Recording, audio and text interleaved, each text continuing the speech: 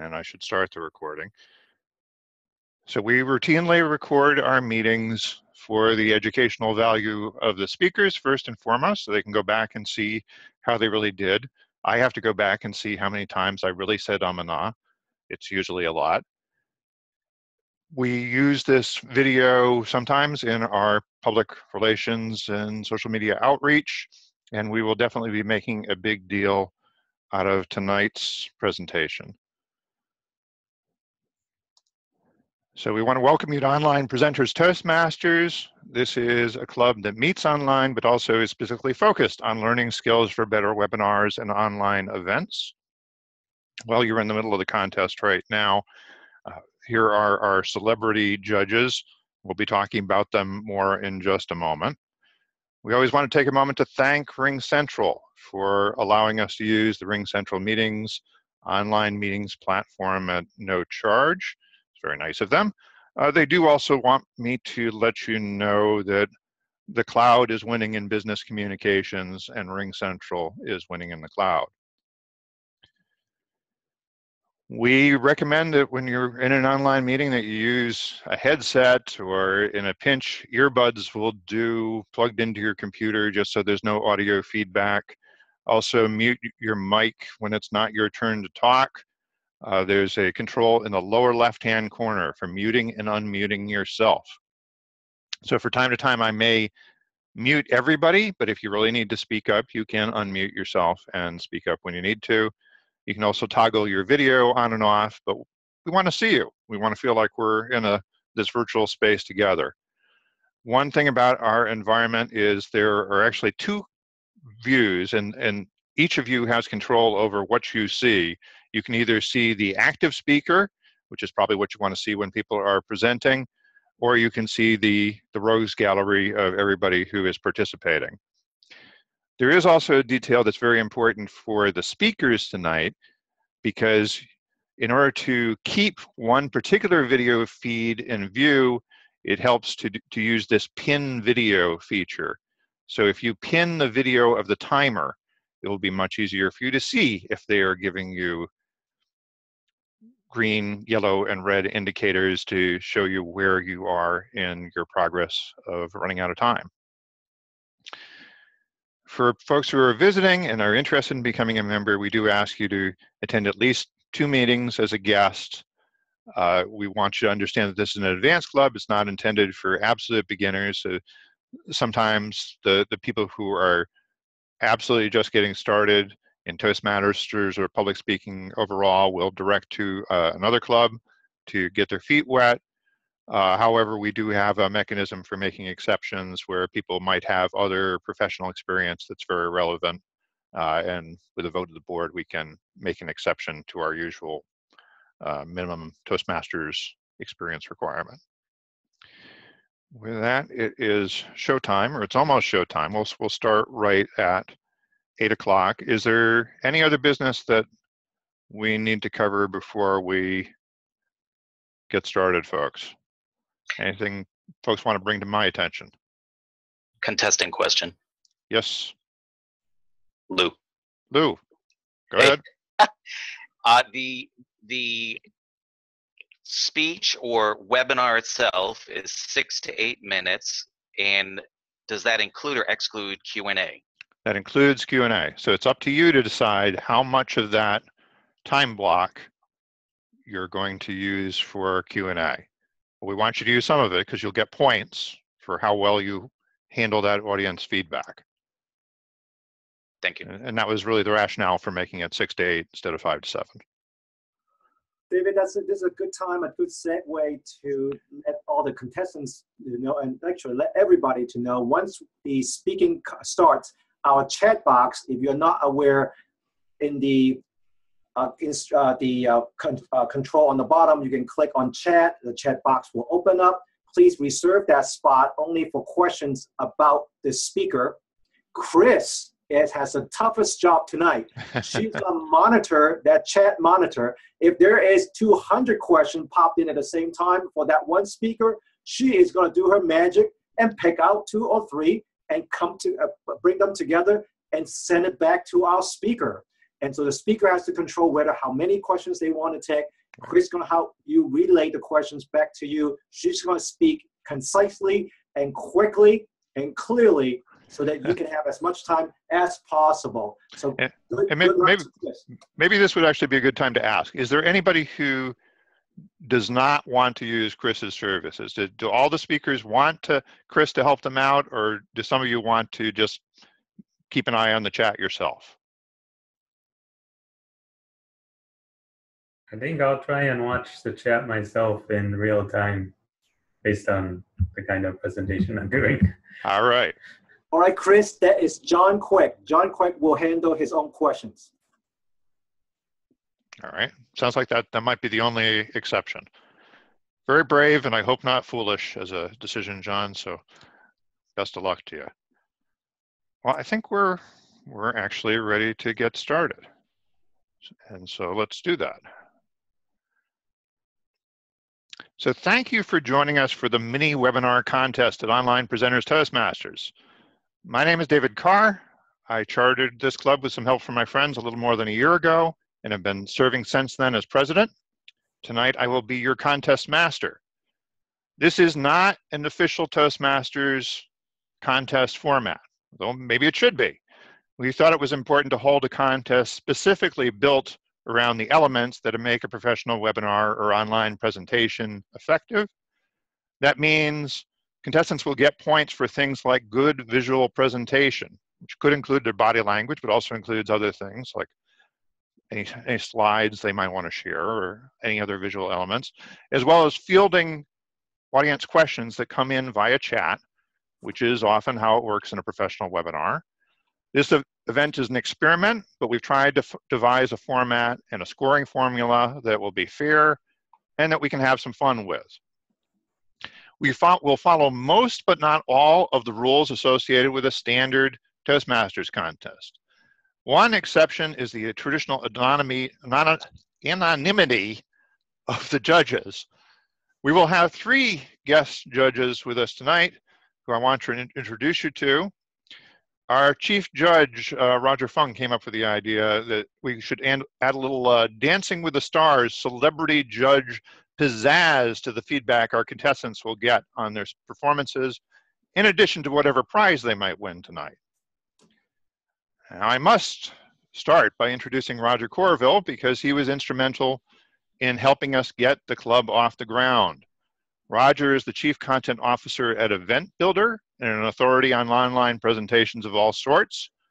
His workshop on webinar skills was the centerpiece of our first meeting after the club chartered. And for weeks prior to that, we used the marketing of his appearance as a reason why guests should visit us and people should join. Now he's come back to see if we've amounted to anything in the meantime. So welcome, Roger. You want to say a few words?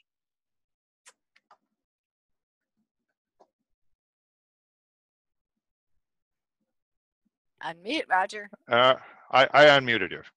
There we go. If you go to the chat on the right-hand side, instead of me talking about myself, I'll let the link take you to a bio. That's one of the things we can do online, a heck of a lot easier than we can do offline. And then what I'll say is this.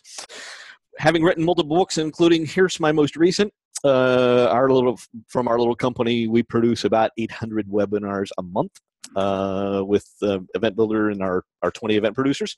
But I will say this, I will put a link to that book, the digital version, for free with no opt-in form, meaning you don't have to join my mailing list to get a digital copy of that. That's your incentives to stick around to the very end. Back to you, David. Thank you. All right. Let's see. And Cheryl Rush, I'm going to unmute you as well. Now Cheryl is very well known throughout the Toastmasters world. She's the CEO of Sparkle Presentations, a professional speaker, and the author of books like Heart of a Toastmaster. In her consulting practice, Cheryl works with organizations to boost morale, inspire engagement, and of course, improve communication. She's an accredited speaker, which is an elite designation professional speakers in the Toastmasters world, and has judged contests at all levels, including the World Championship of Public Speaking. Cheryl visited Online Presenters just in January to talk about how to connect with any audience. So thanks for agreeing to help tonight, Cheryl.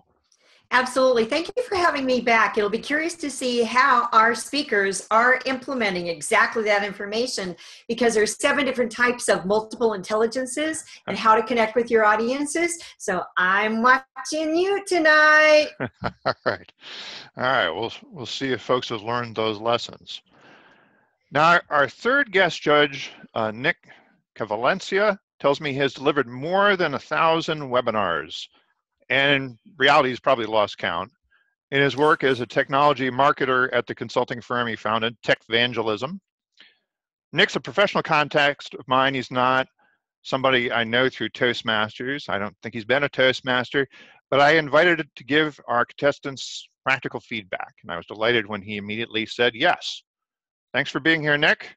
Oh, it's an honor, absolutely an honor. You guys are going to have a lot of fun today. My suggestion to you up front is just relax, be yourself. You know your topic, you know your audience, so just enjoy yourself. Don't worry about the fact that we're scoring you. That's all done in the spirit of trying to give you, real positive feedback to give you a way to be better at what you're doing today. So enjoy yourself. Excellent. So we'll hear from our guests again after the speeches, but before the winners are announced.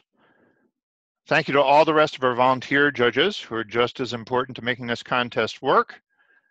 If anybody wants to protest something about the content of this contest, however informal it may be, please direct your objection to me via the private chat, and I'll relay it to Chief Judge Roger Fung. We set it up that way because he may actually duck off into a separate online meeting room to count the votes and make sure everything's squared away at some point. And now it's time to hear from our Chief Judge Roger, who will explain a few things about how this is going to work. Thank you, David, Mr. Contest Master. This is the briefing time for all of our contestants. The timing of your speech will be 6 to 8 minutes with a 30 seconds plus or minus Q&A inclusive within that 6 to 8 minutes. Jim Gohl is our timer, and he will be showing those timing flag at the 6-minute mark, 7-minute mark, and the 8-minute mark.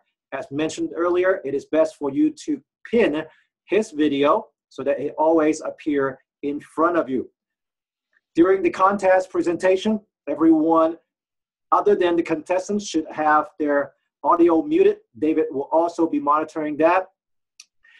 Contestants have the option of using Chris, and other than John Quick, who have mentioned that he will monitor his own chat, everyone else will be using Chris's assistance.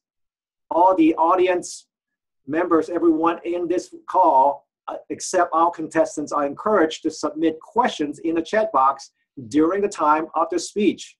Chris will then look at those questions and relay them to our contestant. We will allow a 1 minute in between each speeches for our judges to add their scores. And we will show you a little bit later of the things that David have created to help scoring. We have our 3 celebrity judges, but we also have a undisclosed number of secret judges behind. So they are not the only voters. So they know who the secret judges know who they are, and all those voting ballots and numbers will all come together. At the end, we'll show you what is going on. During that 1 minute, we will try to keep as silence as possible. However, the next contestants can go ahead and start preparing themselves if they need to set up slides and things like that, so that we can make our time, keep our time as tight as possible. Our contestants are expected to deliver an original presentation. Any protests, as David said, should be sent privately, a private chat to David Carr. And here are the speaking order. Number 1, Lou Brown. Number 2, John Quick. And number 3, Gene Morelli. Number 4, Carol Paretsky. Number 5, Jim Barber. Number 6, Norman Dow. The order once more. Number 1, Lou. Number 2, John. Number 3, Morelli. Number 4, Carol. Number 5, Jim. Number 6, Norman. Contest masters, all of our contestants are here. All of our secret judges are here. Back to you. We're ready to begin. All right. And I think traditionally in a club contest, we allow a minute of silence before the first speaker. I think we're going to bypass that. Although, Lou Brown, I did want to ask, and this is a question for everybody, in terms of working with the chat monitor, would you want Chris to interrupt during your speech, or do you want to hold questions for a period near the end?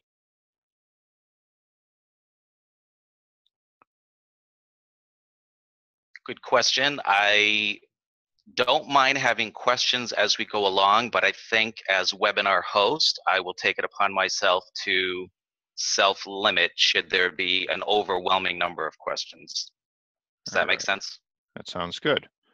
Let's, I'm gonna click the mute all button one more time, and then I'm gonna introduce you, Lou, and I will unmute you. All right, here we go. Our first speaker, Louis Brown. Finish what you started. Finish what you started. Louis Brown, you're on, sir. Have you ever started a New Year's resolution, a project, or a goal only to quit not long thereafter? I know I have. And as I thought about it, I thought, you know, the reason why I might fail at some of the goals or projects that I've undertaken could be varied. And to really understand why I failed at some of those ventures, I thought it a good idea to share with you some of the research that I learned as a consequence of my own failed attempts at various ventures. Now, for example, I've had several different goals in life. I'm sure many of you have as well. One of them is starting a business. Another could be getting more fit. Another is losing weight, etc. Now, as I mentioned, it is interesting how most people fail at what they do. So in order for me to understand why I myself kept failing, I wanted to get a better understanding so that I could certainly not fail at the next venture that I undertook.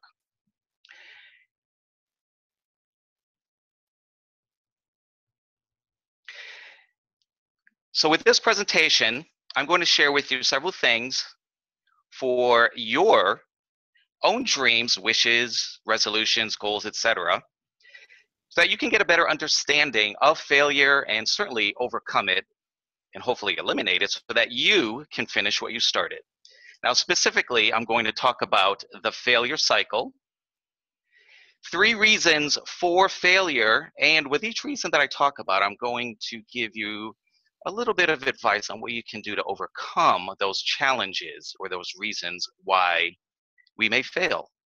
Now, it's interesting to note that most people fail at most things they do. Failure is unfortunately endemic in our society. So again, it is very important to understand why we fail so that we can reduce the chances of failure and most certainly try to eliminate it completely. So first, let me share with you the failure cycle. What is the failure cycle? Well, the failure cycle starts off with a project, a resolution, a goal, anything we have in life. We begin the cycle by being excited. We are excited about the goal because we have something new we're working on. It's something that is life-changing and certainly in a positive way. It is something that will bring us pleasure in life and make our lives better. And we see the end in sight. We see a goal. There is something that we can achieve. We are very excited about it. It's just incredible that we are embarking on this journey. But something happens not long after we get started. Unfortunately, we start to exhibit some avoidance behavior. We start to avoid the things that we need to do to succeed. We put off, we defer, or we delay the things that are necessary for us to achieve that goal, or to satisfy that dream, or to make that resolution come true. Now, with continued avoidance, unfortunately comes excuses. We start to make excuses for why we are avoiding working on our goals and our dreams. And there are many types of excuses one may use. Oh, I'm too tired. Oh, I don't have enough time. Oh, I got something else I need to work on. You know, interestingly, time, the one about not having enough time, is a very interesting one because we all have the same amount of time. I have the same amount of time as you. We all have the same amount of time as successful people in the world, and yet many people are achieving their goals and are attaining success and reaching their potential while others aren't. Now, with continued making of excuses, we start to blame. We blame others for why we are not achieving our goals. Oh, it's the government of the day, it's the administration, it's that Toastmaster meeting I have attended, it's getting in the way of my needing to work on my fitness, or it's family, economics. It could be anything. We just simply put our blame on other people. However, quite interestingly, if you point the finger of blame at someone else, what's really happening is the blame really falls on you, not on them. If you just picture yourself for a moment holding your hand like a gun with a finger pointing out at somewhere else, you'll easily see that there are 3 fingers pointing back at you. So in reality, you are responsible for your own failure. No one else is.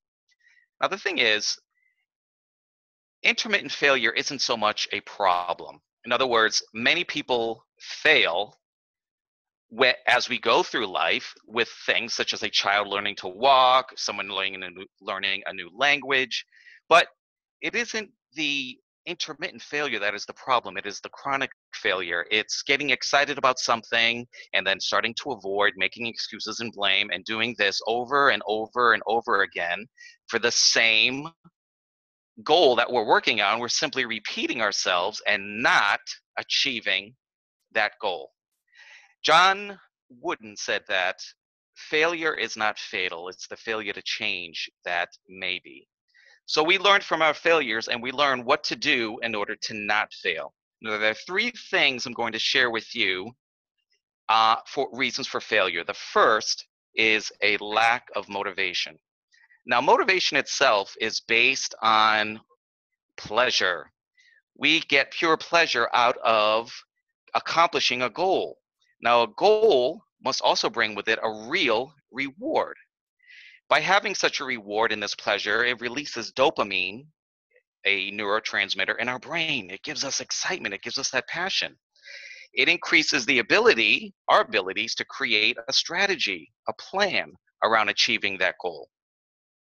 So when you think about your goals, do you think about the hard work or the annoying tasks that you want to do to accomplish that goal? Or do you think about the benefits that you will receive once you finish that goal?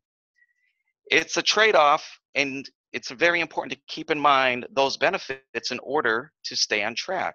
If you find yourself lacking energy, simply visualize the benefits that you'll receive from working on that goal. And when you have to think about the reward that you're going to achieve, and give yourself a pat on the back every time you complete a certain milestone. So even for those very long-term goals, it's important to keep in mind that for certain milestones along the way, congratulate yourself, celebrate your success. And the more you associate your goals and dreams with positive emotions, it's the less that you'll have to force yourself into working on those things that you don't want to work on. Now, the second item is negative self-talk. This is simply that chatter that goes on in our brain, moment after moment, time after time. I can't, I'm not good enough, I can't do it. Very, very important to eliminate negative self-talk. You need to take yourself out of talk. This is where you talk yourself out of trying, and it's actually a normal part, though, of our normal daily functioning. But it really acts like a defense mechanism, or has in many, many years ago in the evolution of mankind. But these days, it's really not a good thing. You need to eliminate that self-talk from your inner voice. How do you do that? Well, there's a couple of things you can do. First of all, you can write down every reason you don't want to accomplish that goal. Then next to that, write down a second list of everything, every reason that you do want to accomplish that goal. Now review both lists and ask yourself the following questions. Am I passionate about this goal? Will this goal change my life in a positive way? And are my negative thoughts valid? And you'll find out that really most of the time they are not. By having your thoughts on paper, this gives them less power over your brain. When you aren't thinking negative thoughts, your brain is now free to focus on those goals and the promise of rewards and outcomes. Now, when you feel that dark cloud starting to hang over your head, simply check your thoughts, let them out on paper, and let them go. Our third reason for failure is lack of discipline and commitment. Now, if you're not committed to achieving your goals, and you know what, just forget about it, folks. To accomplish what you started, you really must maintain a consistent willingness to persist and persevere, no matter how hard it may seem. It takes more than just visualizing or affirming your thoughts on your goals. In the coaching world, we talk about visualizing your success and even talking to yourself in your mind about being successful. But it really takes more than just that. It's all about having focus in your commitment and in your discipline, and really about taking action. Most important thing is to take action. So what can we do to help overcome a lack of discipline and commitment? Well, create an action plan for each goal. Write down any obstacles you may have and how you plan to overcome them. Have an accountability partner, very important, someone who can keep you on track. And as I mentioned in one of the earlier reasons, is catch yourself achieving. Celebrate your successes. In this way, you will be able to virtually eliminate failure, especially the chronic failure. Now, by increasing your motivation. Excuse me, Lou. I'm sorry, I have to interrupt. You're past 10 minutes a little while ago, so we're going to have to move on to the. Well, that was my last slide. Sorry. Yeah, we're going to have to move on to the next speaker. All right.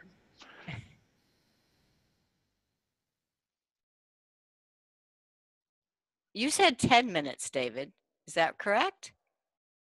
It went fast when I practiced. I mean, Jim, I thought you were doing 6, 7, and 8. Chris is correct. It's 6, 7, and 8 minutes. I thought it was 8 to 10 also. David, I think that's why I asked about the Q&A. Is the Q&A in addition to or? I'm sorry, the total is 6 to 8. Jim Gold, I'm sorry, what was the, Jim was making hand waving noises to try and tell you that you'd gone past, and we didn't quite get that through to you. So I'm sorry, we do need to move on to our next speaker. Our second speaker will be John Quick. John, do you have any logistical details? Timer, please put a minute on the clock before we start our next presentation. John Quick, do you have any logistical details that we need to address before you begin? Sure, I just ask that people make sure I'm front and center on the screen, or even pin me so they can see what I'm broadcasting. I won't be screen sharing through the slideway, but everything will be here on my screen. Okay. So Jim, give me a green light when we're at the end of that 1 minute.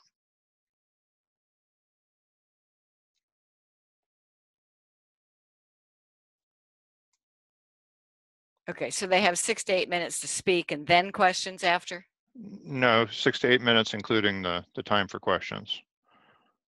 So it's tight. It's tight. That's part of the challenge. Okay.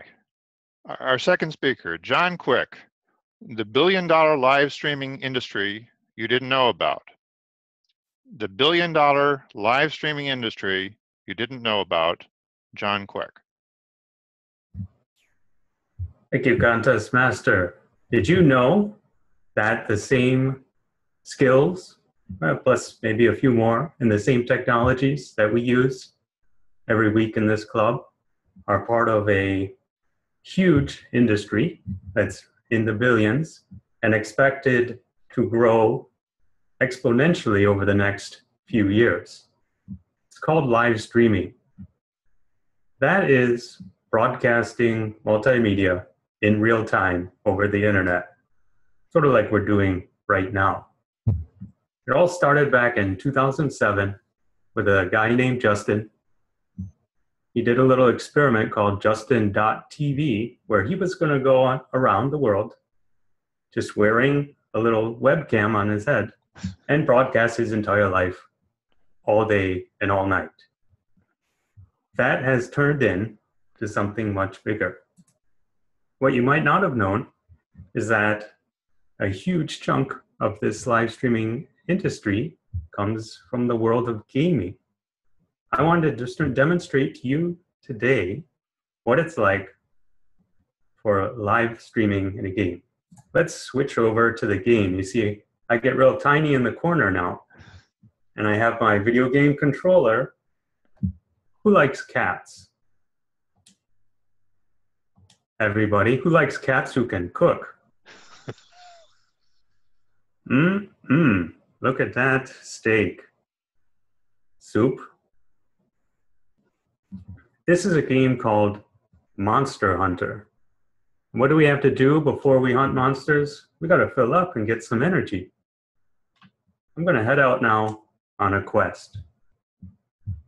Now, a live streamer, what happens here is they play games live for an audience like yourselves. I'm watching the chat. You can put in there whatever you like, and I'll try and keep up with it and respond to it. Zipline, yeah. Now, as a good live streamer, what I'm going to try and do here is describe some of the strategies and what I'm doing as I fight the monster. I'm going into what's called the arena. As you can see, here's a monster right down there that I have to beat up as fast as possible. I just jumped on its head. This is called mounting. I'm going to keep hitting it in the head now until hopefully it falls over. Meanwhile, I'll try and answer some questions, which I must admit is rather difficult to do while playing a fast action game like this. What is the attraction for watchers? That is the mysterious multi-billion-dollar question. The truth is there's some 30,000 people doing this at any given time, and about 1 million viewers at any given time across the two major sites, which are Twitch.tv and YouTube. Now here I'll use a flash bomb to stun this guy, so he's not so dangerous to me. Then I'll just try and blow him up.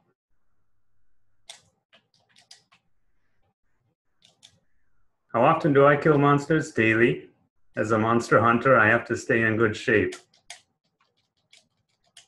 This game came out in late January, and I started playing it in late February. So for the last few months, I've been hunting lots of monsters. I see someone has kids who watch live streaming. How much money is made? Lois, I would say right now there are a few hundred people, possibly reaching the thousands, who make their entire income off of just doing this right here. So out of those 30,000, we're talking a smaller percentage who actually use it for their income. And they can make quite a lot of money in the hundreds of thousands or even millions.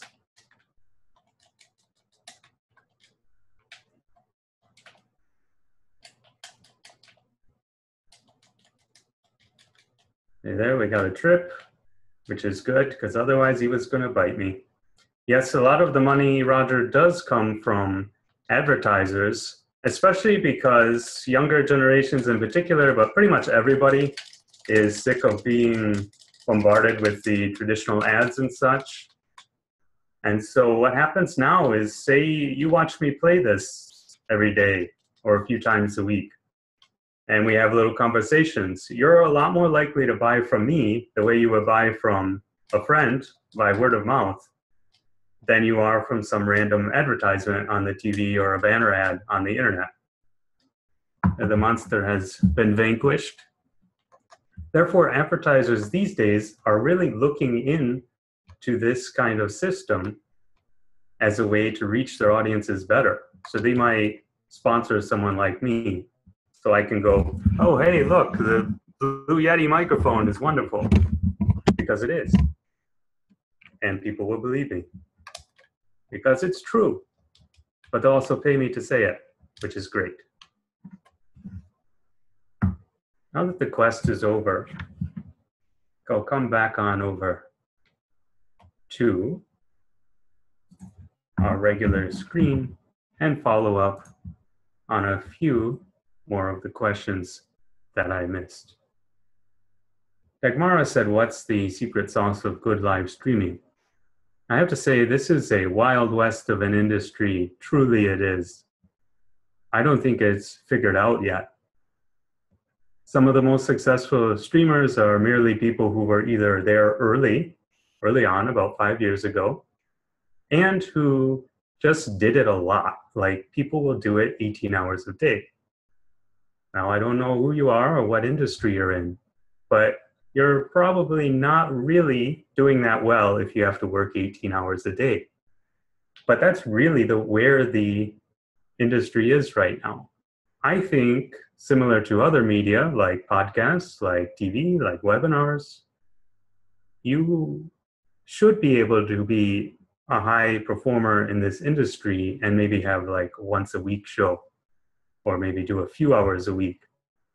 So I think there's a lot of evolving that still needs to happen before this industry is more mature and sorted out. Right now, it is a bit of a mystery what makes it good or not. But generally, having good gaming skills as well as being either friendly or entertaining in some way is the general characteristics that you want to look for. Any final questions? I think we have about 1 minute left.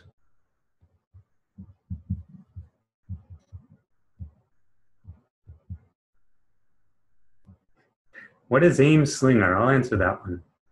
That was when I was throwing those bright light balls that flashed in the face of the monster and made it get all stunned. That was what I was doing. My slinger is like a little slingshot that fires those.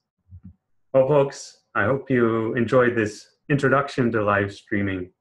Maybe you'll take it up soon and make it part of your repertoire. Contest Master. Thank you, John. All right, Mr. Timer, please, once again, give us a minute and let me know when that minute is up.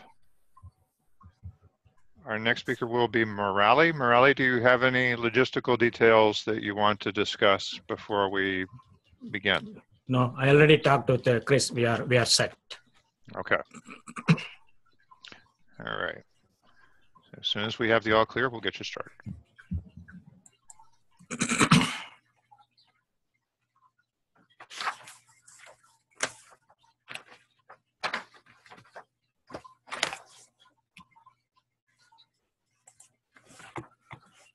And Nick, by the way, if it wasn't clear, this is the part where you're supposed to be marking those categories on your ballot.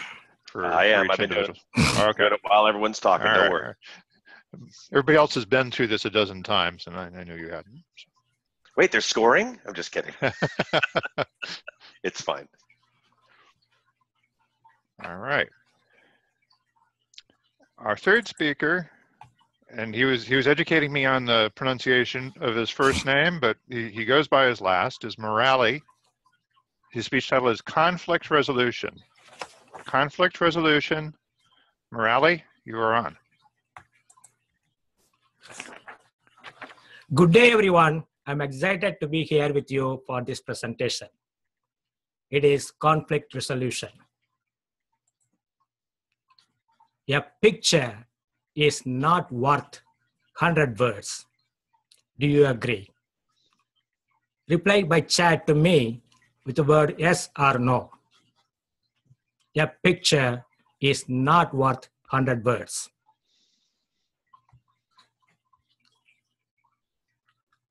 I see a few chats with the some are yes and some are no's. Now we have a conflict. Within our group, it's divided by two separate groups, one saying yes and the other one saying no for the same picture. So this is a conflict. In this presentation, we will see what is the definition of a conflict, the types of conflict, and the resolution styles. Let's start with the definition of a conflict. When two entities does not agree on one thing, it becomes a conflict. That agreement may be significantly serious, that it takes a serious effort to resolve the conflict. So this is the definition of a conflict. When I say two entities, it can be one individual and one group, or two individuals, or two groups, or a human with a different nature or society, something like that. So this is the definition of a conflict. What are the types of conflict? The literature is defining 6 types of conflict. When I say man here, it is common for man, woman, regardless of any gender. So the 6 types of conflict are man versus self. It is something we are defining yourself. The conflict is within ourselves, to do or not to do. If there is a decision to allow our child to get married to a particular lady or a man, boy, which we don't agree, and we are thinking ourselves within our head whether to yield or not yield. So that is the conflict within ourselves. Even it is common for even the mental health people also conflicting within themselves. The next one is man versus man. So this is actually between two individuals. So when I say the two individuals, it can be anything like I agree on this one, but you do not agree on this particular thing. So where are we going to meet? The third one is about man versus society. So that is an individual versus society. There are societal norms here. If that person is not agreeing on the norms of the society, there is a conflict here. Same thing like man versus nature. If the individual is facing with the serious natural calamities like earthquakes or a serious power breakdown or tsunami like that, so he is facing a conflict, how to resolve that? The third one is man versus, the fifth one is man versus machine. The examples are as simple as, what does this button do? Ask Jim and Chris.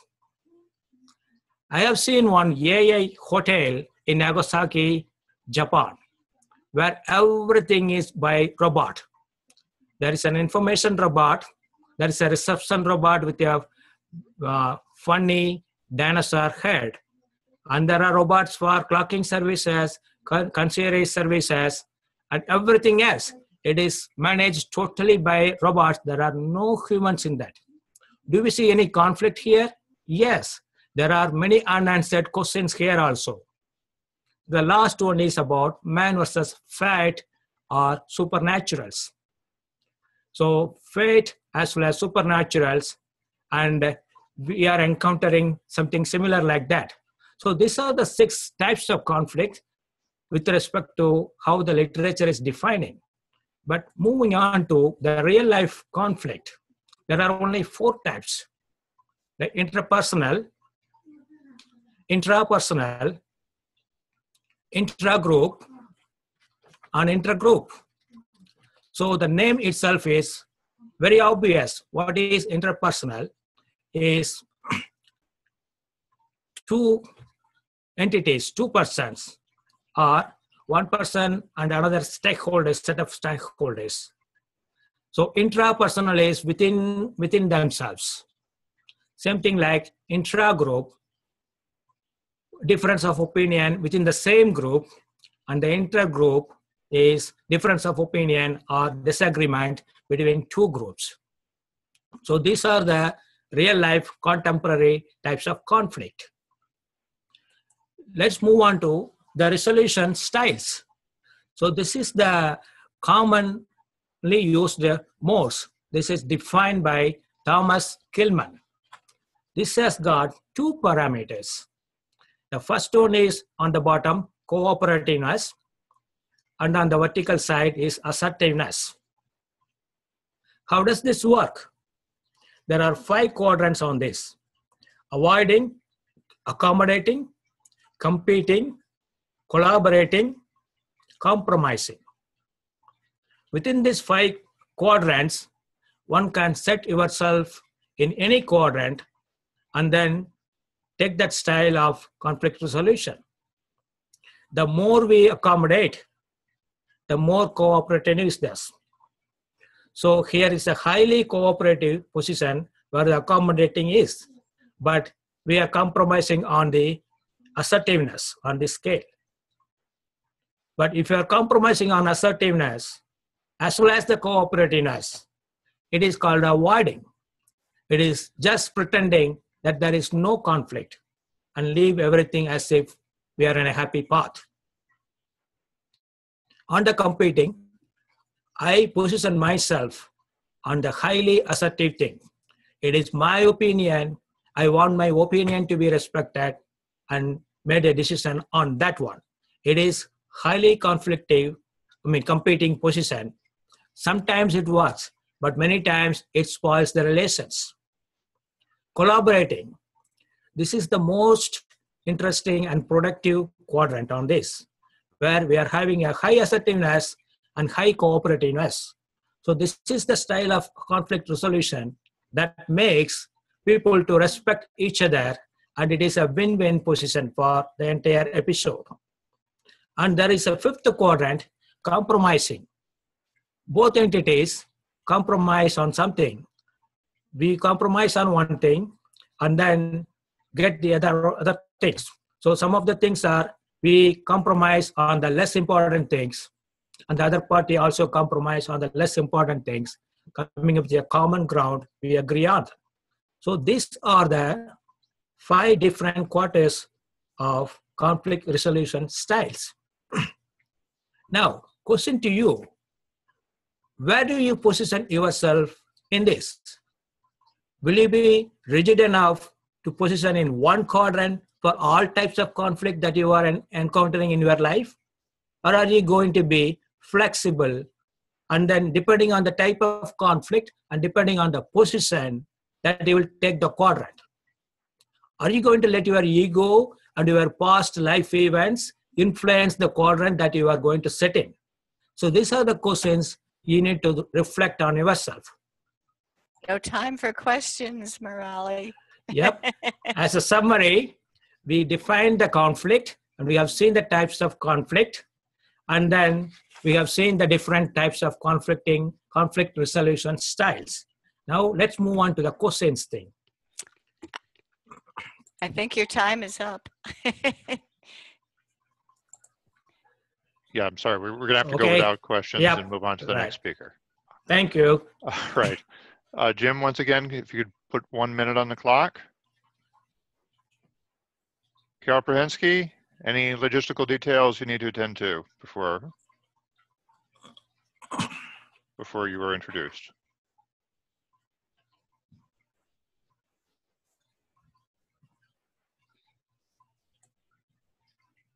Okay, so Carol's setting up her screen.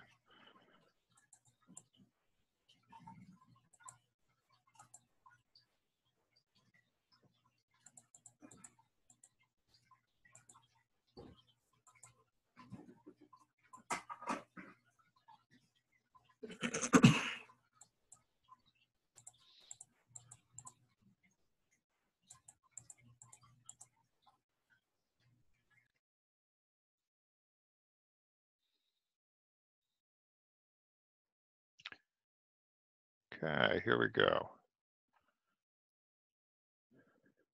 Carol Prahinsky, negotiations, shifting from avoidance to full engagement. Again, that's negotiations, shifting from avoidance to full engagement. Carol Prahinsky. Good evening. In continuation of our last conversation, tonight we are going to focus specifically on those individuals that like to hang out in the quadrant called avoidance. Are you one of them? As we examine the avoidance quadrant, please note that there are times we should be hanging out there. We should avoid that conversation. But there are other times we need to not avoid, we need to step out and become fully engaged with that other person that we're trying to avoid. So as we have learned already, the bargaining styles include 4 main quadrants. The avoiding style is down here in the bottom left quadrant, and this means that we're low on cooperation and low on assertiveness. We don't want to have that conversation. But there are times, as we have learned, that we need to step forward out of that quadrant to participate and become engaged with negotiations. When we are operating in this quadrant, many of the individuals that I've heard from say, I want to get out, but this tends to be the place where I like hanging out. I like hanging out here. I'm most comfortable here. I don't want to engage. Many times they say, well, if I'm going to engage, I'm going to pop over to the accommodating box. The accommodating box on the far right side means that I'm pretty much saying, yes, yes, yes. And that means that you just got signed up for a lot of things that you might not have wanted to really say yes to. When we're negotiating, there are times that we need to say no. And we need to communicate exactly what it is that we do want, not always listening to the other party on what they want. But what many people in the avoiding box fear is that comment called competitive negotiation style. We want to avoid that style because it means certain connotations to those of us in the avoiding box. It means that we have anger, perhaps, negative emotions, drama, and we're going to have to deal with it. It might mean that I'm no longer liked for being who I am because I have to deal with this competitive person. And if I behave in a competitive fashion just to get my point across, I'm not going to be liked. And then there's this collaborating box, this, everything is beautiful, we're going to have a win-win. And isn't that what all of us aspire to? There are times we should not be hanging out in that collaborative box, and that's one of the things we want to get across. But tonight, again, we're focusing on this avoiding box, and specifically, I want to ask ourselves, why do we avoid? Why do we avoid? Well, most of the time, it's for things like fear of failure. We're afraid of losing confidence. Maybe we didn't prepare well enough. We have fear of rejection. They're not going to like me anymore. I might lose my job if I actually say what I think. Or fear of poor outcome. I might lose my pride. Maybe I'm going to make the situation even worse. Lastly, there are good reasons to avoid negotiations, and because it makes sense. Perhaps you're using it as a technique to actually improve your power in that situation. If I delay and delay and delay, guess what? They start freaking out. And then I have more power in that negotiation. As we talked about, there's these different styles, and each one of them is a good for certain situations. We want to behave in a way that allows us to select the right style for the right situation and the right person that we're sitting across from. So we have to practice some of the styles that we might not be so comfortable with. And this is why many of the people in the avoiding box say, I need to get out of this box to practice and behave in a way that allows me to get that experience for when I really need to get out of that box, the important time when I need to get out of that box. So one of the things we can do is, as we're talking to these individuals, Suppose you are working with somebody who is an avoider. How do I get them out of that box, you might be asking? Well, my suggestion is listen. Listen carefully, listen closely, examine why they are avoiding. What are the reasons that they have? So we want to remove all distractions. We want to provide feedback, empathy, that we understand what they're saying. And I want to listen to every point that they make. And if I need to, I'll take notes. I want them to know that I'm hearing them. And then I want them to know that this is a safe space for us to have that conversation so that they can feel comfortable in stepping out of the avoidance box. We can have that conversation and be able to negotiate whatever that conflict is that we have. Now, here's your action plan. If you happen to be the avoider normally, I want you to try new styles. Get out of that box when you feel comfortable in doing so, but practice consciously that you're going to get out of that box. And the second the second action plan is for the other individual. Practice active listening. So if you happen to be working with an avoider, perhaps you're married to one, I want you to practice your listening skills because they need it for them to feel comfortable. Now I'm opening it up for questions. Chris, I'd love to have your comments. All right. Carol, there's definitely been some comments here. I saw that. Yes. David asked, is avoidance one of the most common styles? I don't have statistics on the different frequency for each one of these quadrants. I believe it is one of the more common ones, and the competitive style is also the one that we tend to choose on a frequent basis, just naturally.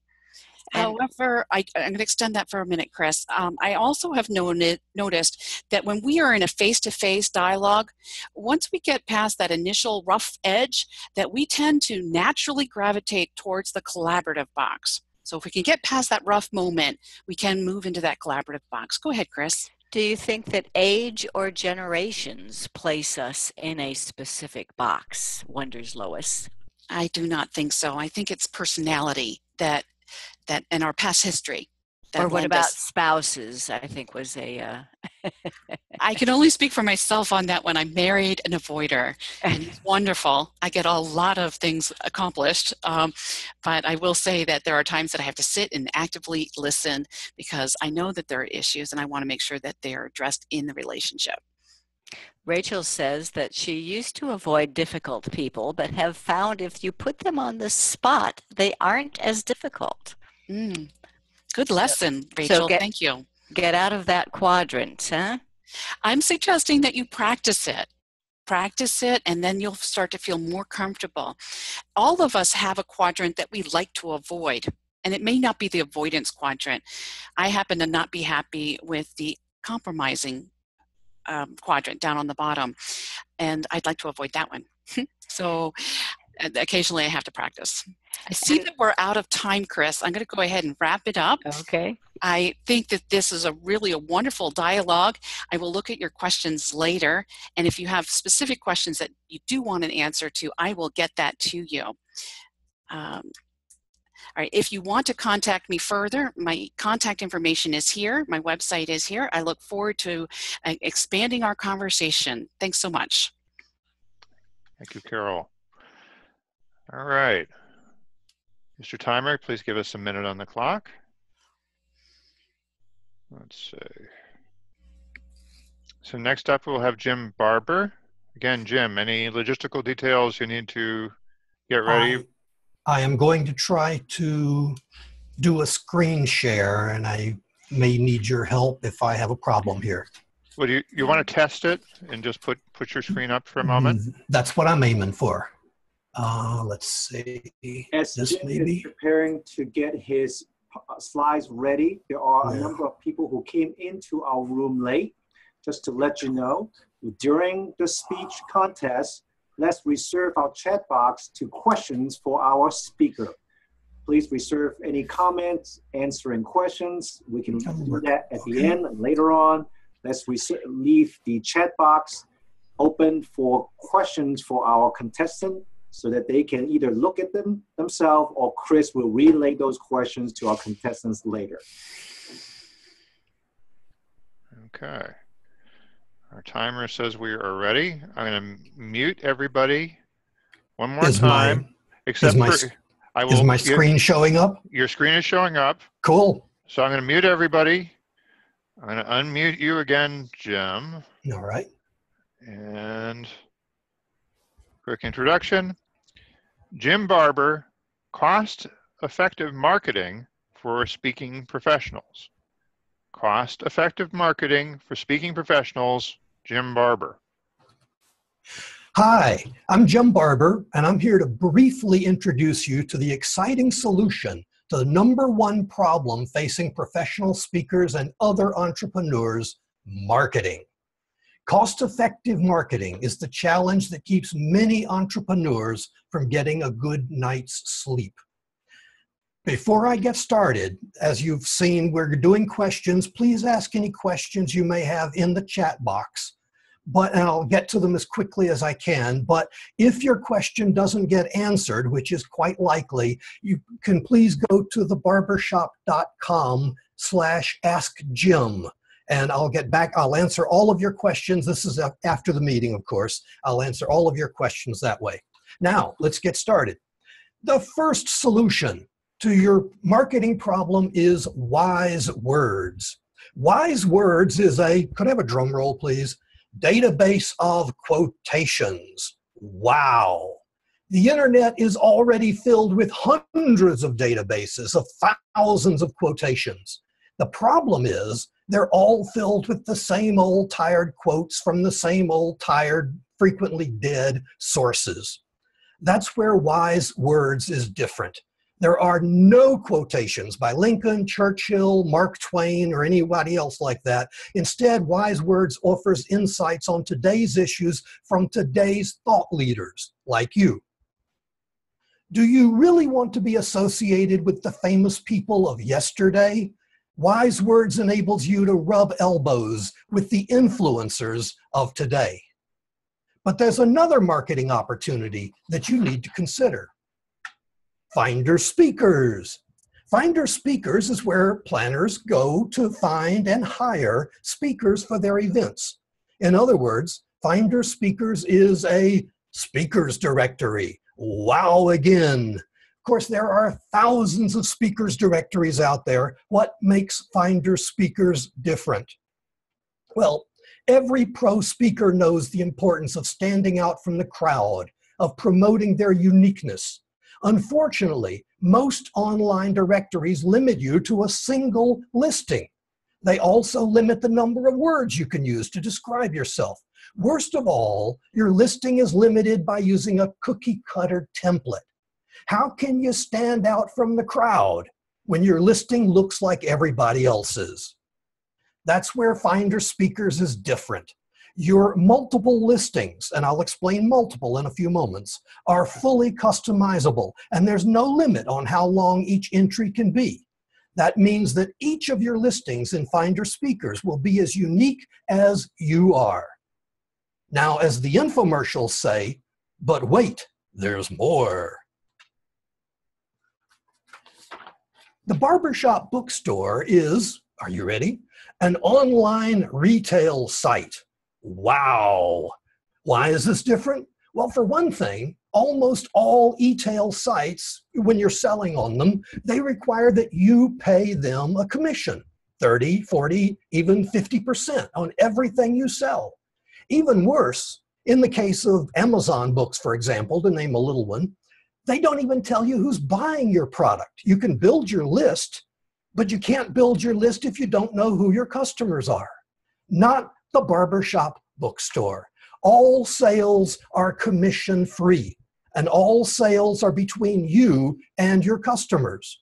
Our feeling is, it's your customer, it's your money. You've earned them. You keep them. Simple as that. All of which brings me to the first of two questions. How can I take advantage of these marketing opportunities? The answer is Speaker Promo. Becoming a member of Speaker Promo gives you full control over Are you ready for this?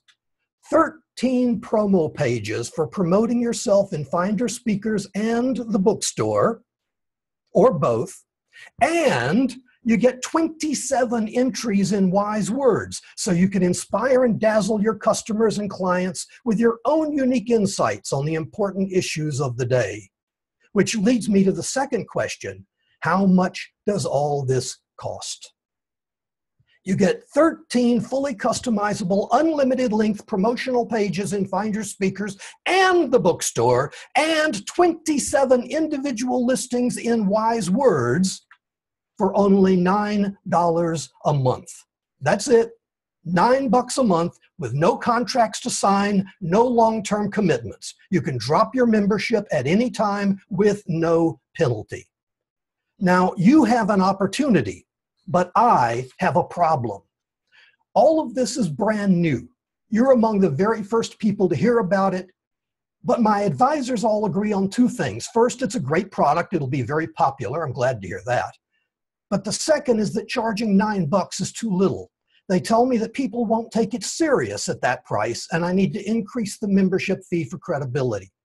Unfortunately, they don't agree on what I should charge. So here's my pledge to you. I'm going to raise the prices, but I'm not going to increase the charter member rate. $9 it stands right now, and it'll stay for as long as you remain a member. That's it. Carol, excuse me, Chris, I've got a little bit of time for questions. Anything? Okay.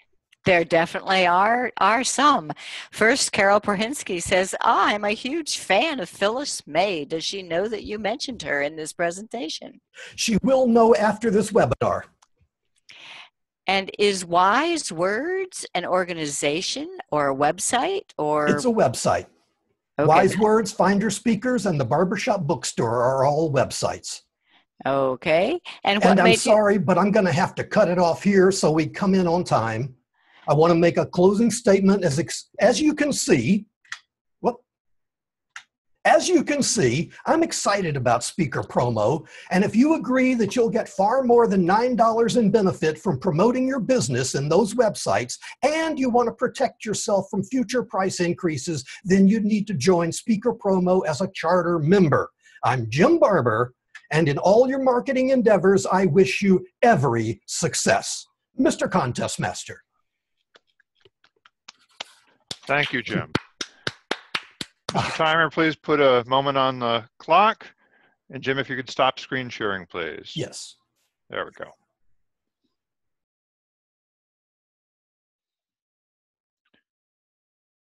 Say, Norman, do you have any logistical details? Anything you need to practice or communicate to the chat monitor?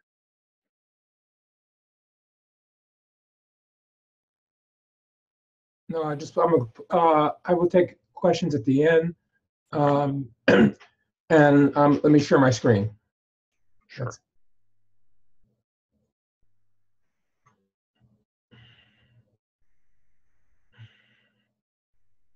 are we? Share screen. That should be easy. Done it before, right? The green button down the bottom. What's going on here?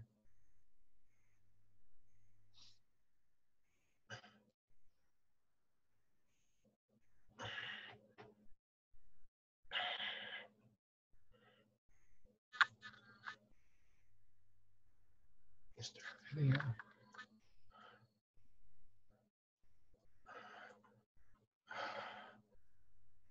I'm sorry.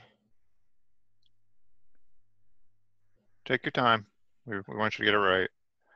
Okay. So it's the green button down the bottom. It says share screen, and I usually just share the whole desktop, and then that's maneuver hidden. over.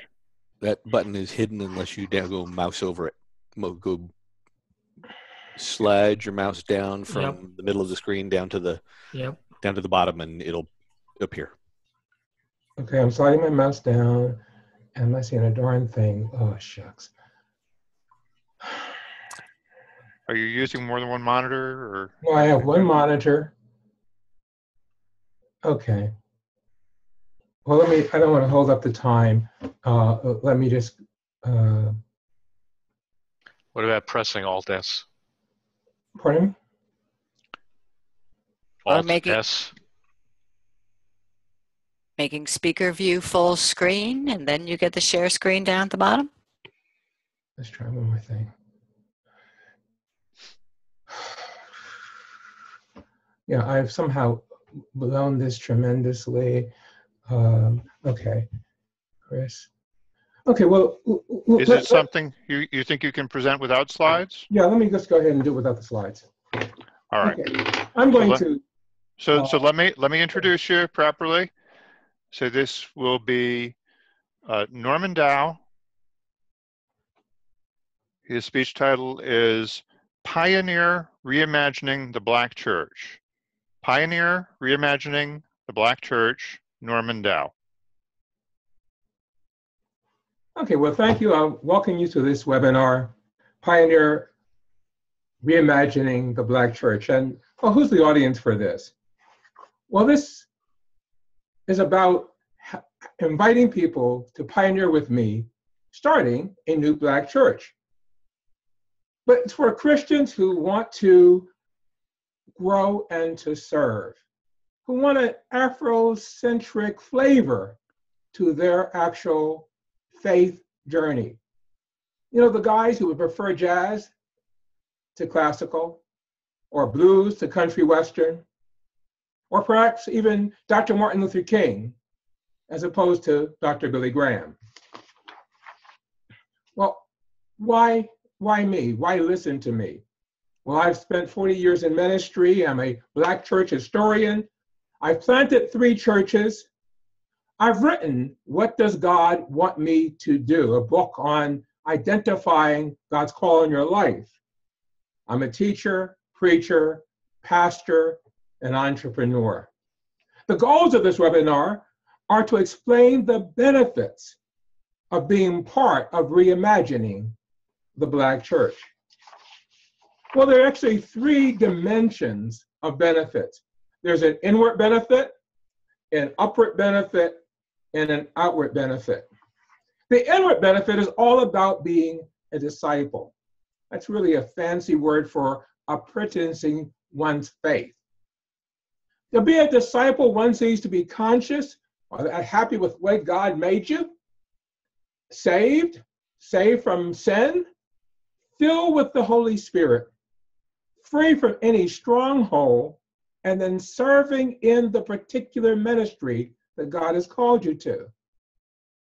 In the vertical dimension, we are actually talking about learning how to communicate to God, to hear from God, how to praise and worship God, and then, of course, how to obey Him.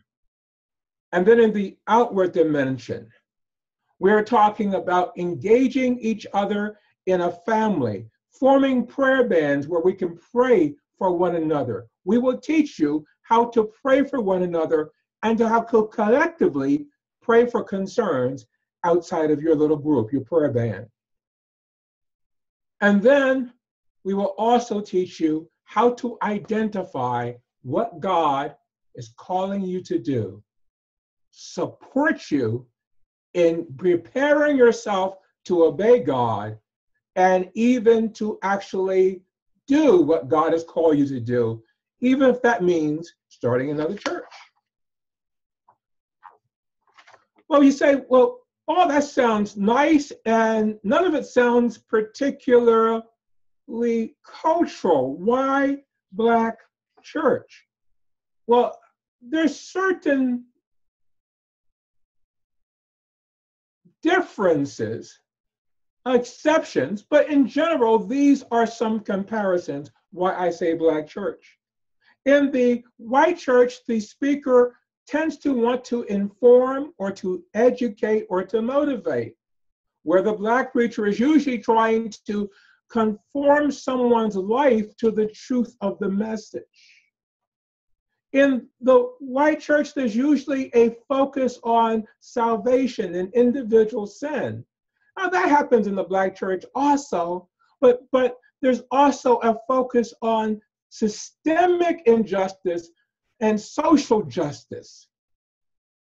In the white church, we tell the story of God through Eurocentric eyes. And in the black church, we tell the story of God through Asian and African eyes. In the white church, there is a focus on obeying the truth. And in the black church, there's a focus on crying out to God and then doing what he said. I kind of like my flavor, and I would invite you to become part of the flavor.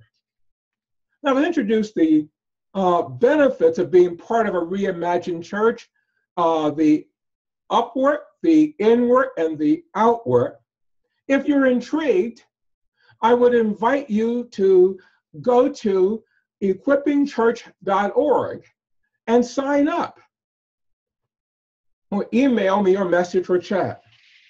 If you really like what's going on and you'd like to engage further, if you actually send me a message, sign up on equippingchurch.org or take the Bible Knowledge Quiz, I will give you a book, an electronic copy of a book. It's called The Abrogation of the Seventh Commandment by the American Churches. It was written by a 19th century prophet. His name was David Ruggles. He was actually a man who was the mentor for Frederick Douglass.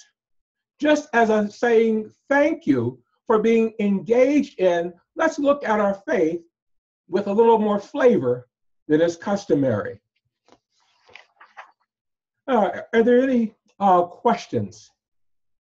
I can't see anything, so I'll have to hear the questions. Sure. I got some for you here. So David mentions, why does the Black church need to be reimagined? Are there things you believe are not working with the Black church today? Yes, well, thank you, David. It needs to be reimagined because we have not effectively changed radically with the times.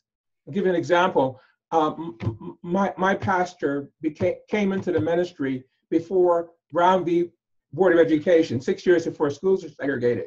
He just died last year. What has happened in America in that time?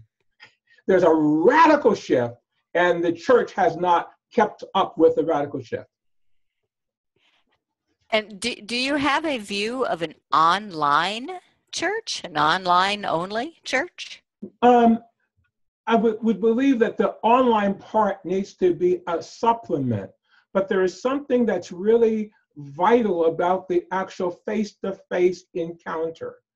Online is a wonderful way of having meetings and things of that nature, but the actual fellowship and worship and all that, that needs to be face-to-face. Okay. And you mentioned a seventh commandment. What is the seventh commandment? Thou shalt not commit adultery. Uh-huh. And David Ruggles actually challenged the church and the antebellum church. He was an abolitionist, that you are actually setting aside the seventh commandment by facilitating slavery. If the true is eternal, asks Sam, how does it change? Why do we need to reinvent it if the true is eternal? The truth is eternal, but it's given, theology is how people understand God, and that's always through their culture. So the actual real principles are there, but there will be differences in the particular cultures. We see that in the Bible, and we see that today. It was different when Paul was dealing with the Greeks and Peter was dealing with the Jews. There's a culture that has to be involved. Okay, and we're out of time. Thank you very, very much. All right. Thank you, Norman. Norman was our final speaker. Now, traditionally, we have 2 minutes of silence while the judges complete their ballots and vote. We're actually using an online voting system that maybe will save us a little time, so Roger will let us know if we are ready sooner than that. As a reminder to all of our judges, both celebrity judges and the secret judges, The pointing system on your page will help you sort them. However, you must finalize by voting specifically first, second, and third place in your unique page. Our tiebreaker judge will have to rank each and every contestant. If there's a tie, you need to make that break that tie in terms of 1, 2, and 3. For our tiebreaker judge, 1, 2, 3, 4, and 5.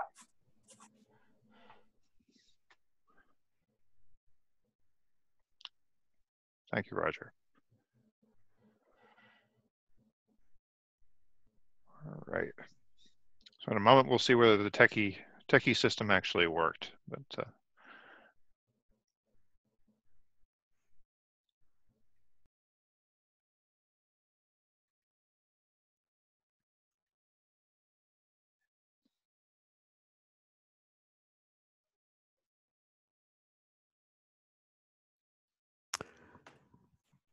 Says Roger, if I have a tie at third place, you break the tie. You make your decision about how to break the tie.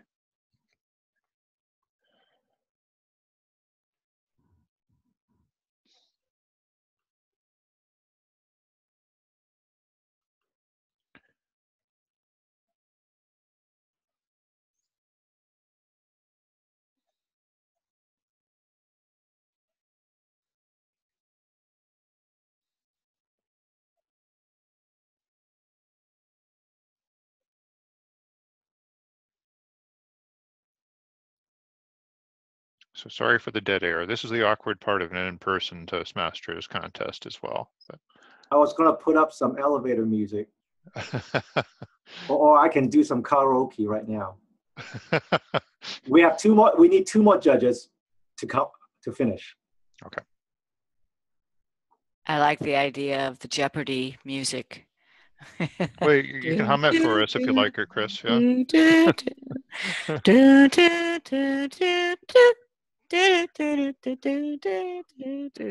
See, this would get us all disqualified if this was a formal contest, but but this is just for fun. Well, I mean, and I hope we're going to learn something from it as well.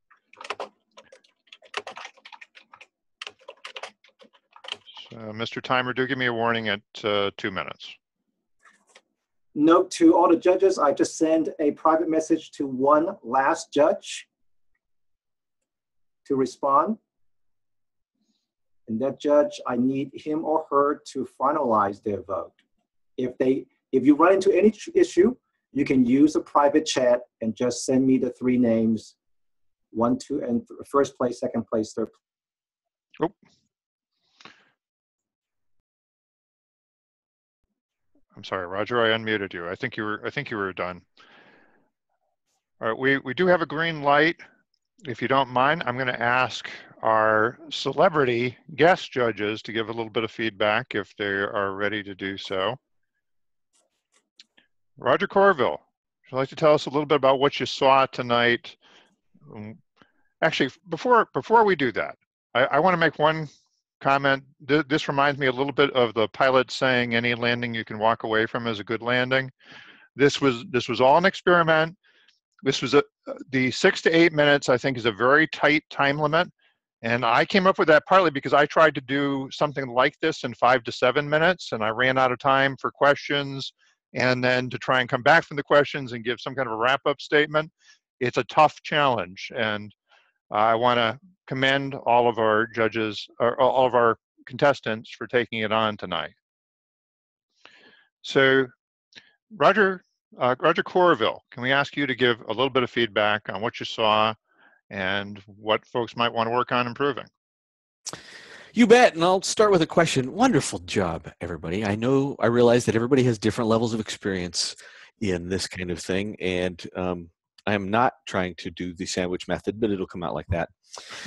Let me start with a question.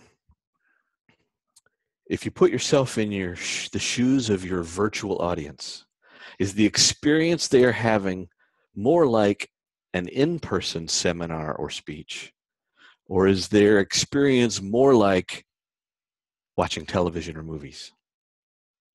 And I want to share that in the context of this. We have, I think, an additional responsibility when we move into the virtual world to become directors of attention. And that can happen in a number of ways. For instance, in the case of Norman, didn't get the slides working. To me, that doesn't mark you down. But there's a question of where and how do we cater to how attention works, one piece of which is visual change. We know from cognitive science that visual change gets attention. So for those of you who used slides, for instance, one of the things that I would share is that being cognizant of how quickly or how the frequency with which you can push the next slide button.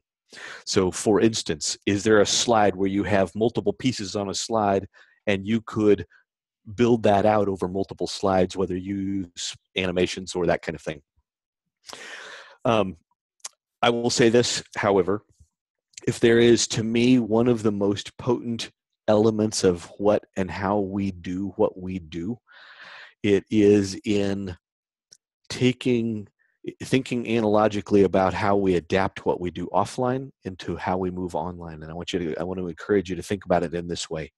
Think about the tactic you would use offline, then adapt it for the medium, meaning adapt it to the tools that you have, and then think about what you could do new, unique, or different online. And let me give you an example by way of a positive example. When Jim was showing you something different than PowerPoint, I'm thinking, hey, that's awesome, right? You can show anything. It doesn't have to be PowerPoint. It doesn't have to be anything at all, as we saw with Norm. But when Jim started, he goes, hey, boom, here's something that you can see, which was beautiful. But Jim could have also gone copy, paste, and dropped that into the chat in a manner that made that a hot link that would take you right there. So I am really excited about the fact that you have come a heck of a long way in the course of the time that you've been together. I would encourage each of you to reach out to me if you have. I will not send you a bill if you want to call me and spend a little time on the phone. That's what I've done for the last 19 years. So in the chat is a link to the free book.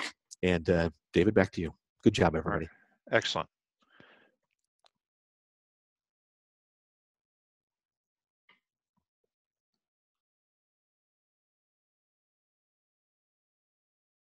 You muted yourself, David. Oh, good. I All thought right. that was me. No. Wait, that was me. That was me introducing you, Cheryl. Yeah. And So what did Cheryl, you say? you came to talk with us about how to connect with any audience not too long ago. How did our speakers tonight connect with you or with your audience? I think overall it was fascinating to see how each of the contestants presented from their preferred communication channels. So to recap, and for my fellow celebrity judges who may not have been familiar with that, although Roger, I kind of have a feeling you are aware of this. So the first group is linguistic, where it's a choice of words, including the semantics. We heard some incredible phrases, including from Norman. I wrote them down. It's like, wow, haven't heard that phrase. Then there's mathematical, logical, scientific, and facts. We heard a lot of numbers today. I do have a couple of tips for the individual speakers in how to implement more numbers into the headlines when there is a list of things, and as Roger had said, to build the transitions into the slides for that. The third modality or communication channel is visual. So for instance, John with the streaming video, for me that was a first. I'm not a gamer, but I am a cat lady. So I did appreciate the opening on that. And Norman, again, back to you, and seeing your slides now, you rocked your presentation without the slides. I was fascinated just how you brought all that together. The fourth group is musical. So thank you for the Jeopardy theme song while we were waiting for the judging. And maybe there's other ways to bring in musical. Often it's done with a cadence with which we speak. The vocal variety, which is part of the judging for tonight, is the voice. What is the enthusiasm? What's the manner? What's your range in it? And definitely avoiding I think the big thing on podcasting is to avoid the monotone. I think all the judges and everyone online would agree with that. Kinesthetic has to do with the body, with the senses, with the physical. I hope that most of us were taking notes. That would be something kinesthetic. When we are putting things into the chat box, typing things up, there's hands-on, very active movement. The kinesthetic can tie back into the visual that we're watching the screens and we're participating with the engagement. And then the sixth group are the interpersonal people, again, the chat. It also has to do with the conversation that we're having with our virtual audience and being fully present with them, anticipating the questions. Or perhaps you might be asking yourself at this point, again, almost rhetorical, where it's implied relevance and brings us in. Intrapersonal or introspective brings us in, and perhaps in that 1 minute of silence while the balloting was happening, that you were processing and assimilating the information. So both online and in person, we need to bring in all 7 of these multiple intelligences. So it's interesting, and if you'd like feedback to the individuals, if we go through that, David, I'd be happy to share how those 7 secrets to connect showed up. I thought it was great to pay attention as online presenters. All right, fantastic, thank you. And finally, I want to hear from Nick as well. Nick, you're supposed to be in charge of giving us practical feedback from the perspective of somebody who regularly does marketing webinars. And now, not everybody here was selling something per se, but we would love to hear from you about what you saw. First, congratulations, David, on not muting yourself this time. That was awesome. So the feedback I give you is, first of all, everyone did a really great job. I was really surprised at how well the presentations went, the thoughts were put together, the various ways you wanted to present it. Even Norman, right down to, I'm going to reiterate what everyone else said, even without slides, you did a great job. You don't have to worry about that. What I find with webinars, because I'm doing, 2 to 3 a week on the average, and the ones I normally do in a lot of cases, and actually most of the cases, at least in the tech industry, we don't have a lot of this visual face-to-face. It's purely a slide deck. And so what happens is, the way that I'm going to interact with the audience is I have to use a lot of my voice. They have to hear a lot of our different articulation of my voice, a lot of variance. They have to really hear. In fact, one of the things that was said in the voice was actually, I think it was actually under manner, and it was like I forget the verbiage here, I'm trying to find it in here, but it was basically to kind of get a sense of that's really the real you. And I would tell you, if you listen to Cheryl, and you listen to myself, and Roger, right? Roger, yes. I was going to call him Richard for some reason. That's the wrong name, isn't it? It is Roger, right? You got that right? Okay. Yeah, just not late for dinner. Thank you very much. Fine, thank you. Appreciate the grace there. We're all slightly above what we normally are. None of us go like, yeah, I'd love to get some gas in my car. That'd be awesome. And we don't do that. But this is our personality. We're just making it a little more pronounced because there's this disconnect that exists just because we're virtual. And so one of your jobs is, when you're doing a webinar, is you're trying to emotionally connect with the audience. And some of you did a real good job by trying to set the tone for like the problem, and maybe you're exacerbating the problem at the beginning, and maybe the emotional connection is something negative, and that's okay. Not negative in a negative connotation, but negative in the, don't you hate when you have to, and you kind of get people, yeah, I hate that. And then we start to get this little bit of an emotional connection, and then we can talk about how to resolve it, which is one of the things here at the end. One of the ways we're supposed to judge was based on the call to action. And so in some ways it's sort of exacerbate the problem, give them some ways to fix it, give them a call to action, so there's some final actions at the end. Your visuals always make a big difference. I myself, I do one of two things. Either I'm doing a very discussion-oriented format where I'm talking with some other industry folks, and so the visuals are very light. But we tell the audience up front. We tell them, all right, these are very light on the slides. This is more you're listening to us have the conversation, so just sit back, relax, don't worry about what's on the screen, that kind of thing. And then the other end of that is something where there's animations in PowerPoint and transitions, which do help you move some things around in a very animated way and so on. PowerPoint and the like is a very powerful tool.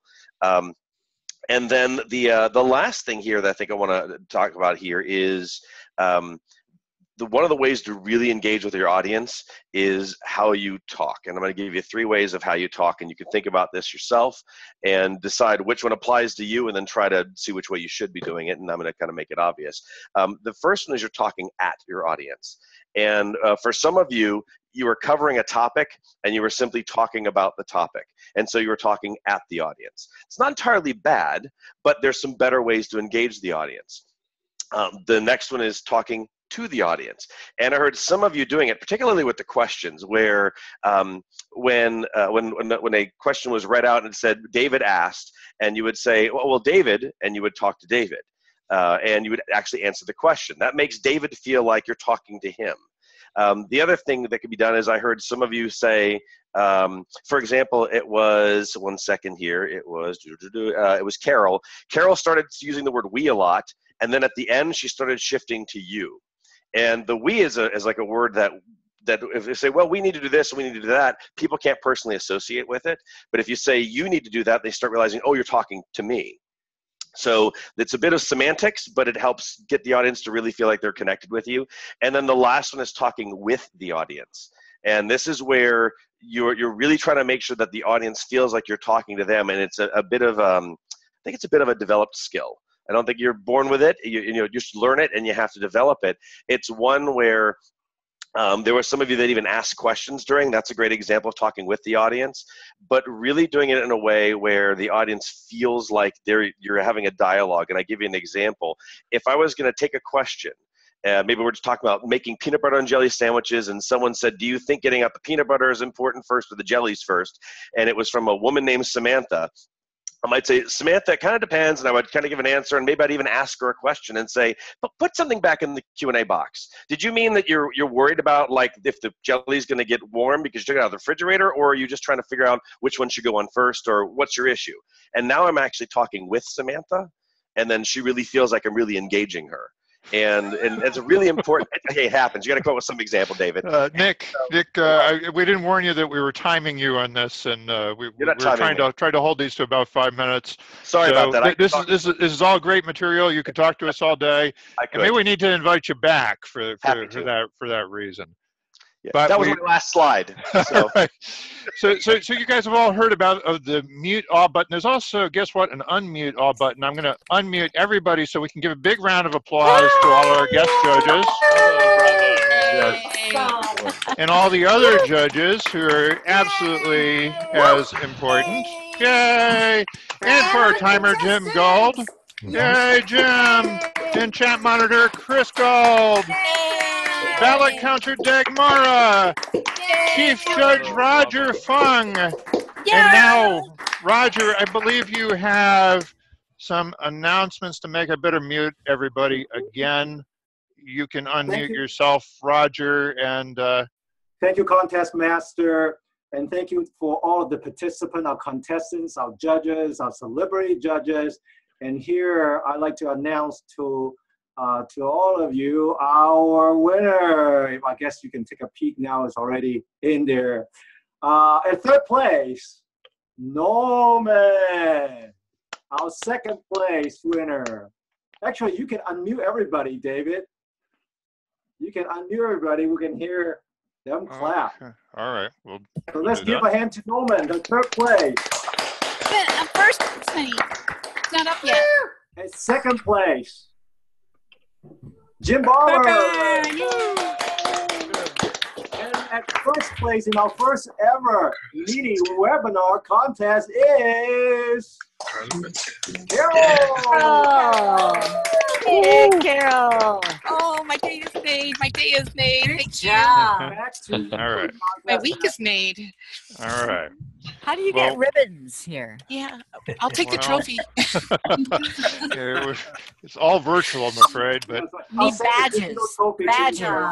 You know, actually, I wanted to. I warned everybody this would run to about 9:30. We're a little bit past that, but I'd still like to take a moment to hear from our first place winner, Carol Brahansky. Tell us a little bit about what you learned from this process, maybe from preparing for it and from participating in it. I learned that I was nervous beforehand. And I also learned that I'm totally swamped and my bandwidth isn't there. So I looked at the list of who is signed up and I said, oh my God, I'm the only woman. So it goes back to Coach Carol's comment earlier that there was hardly any women signed up. There had been, and for whatever reason they needed to drop off. So I was like, I have to represent all women. I've got to be on, and I better get my acting gear. So I spent today working on that webinar. I even brought my students into the conversation. I presented part of it today at one of my classes, and they were able to give me some feedback on who avoids and why. So I actually spent a lot of time on this today. You and did us proud, Carol. Oh, I'm so thankful. I'm so thankful. Yes. Great job, sister. Oh, thank you, Sparkle. All right. Well, thank you everyone for joining us for this event. This was well done. Thanks for your vision on this, David. Thank you. I wanted people to let me know whether you think it was something that we should do again. Yes. I think there's the format that other clubs might experiment with trying as well. I do have a couple of commercials. The timing tool is now part of WordPress for Toastmasters, and I posted a link to a blog post about that. And I'm also doing my own WordPress for Toastmasters webinar on April 25th. So help me spread the word about those things. Anything else we need to address before we wrap up for the evening? Thank you so much. Happy birthday, David. Happy birthday Saturday. Okay. Happy birthday. Happy birthday, David. All right. Well, I refuse to get older, but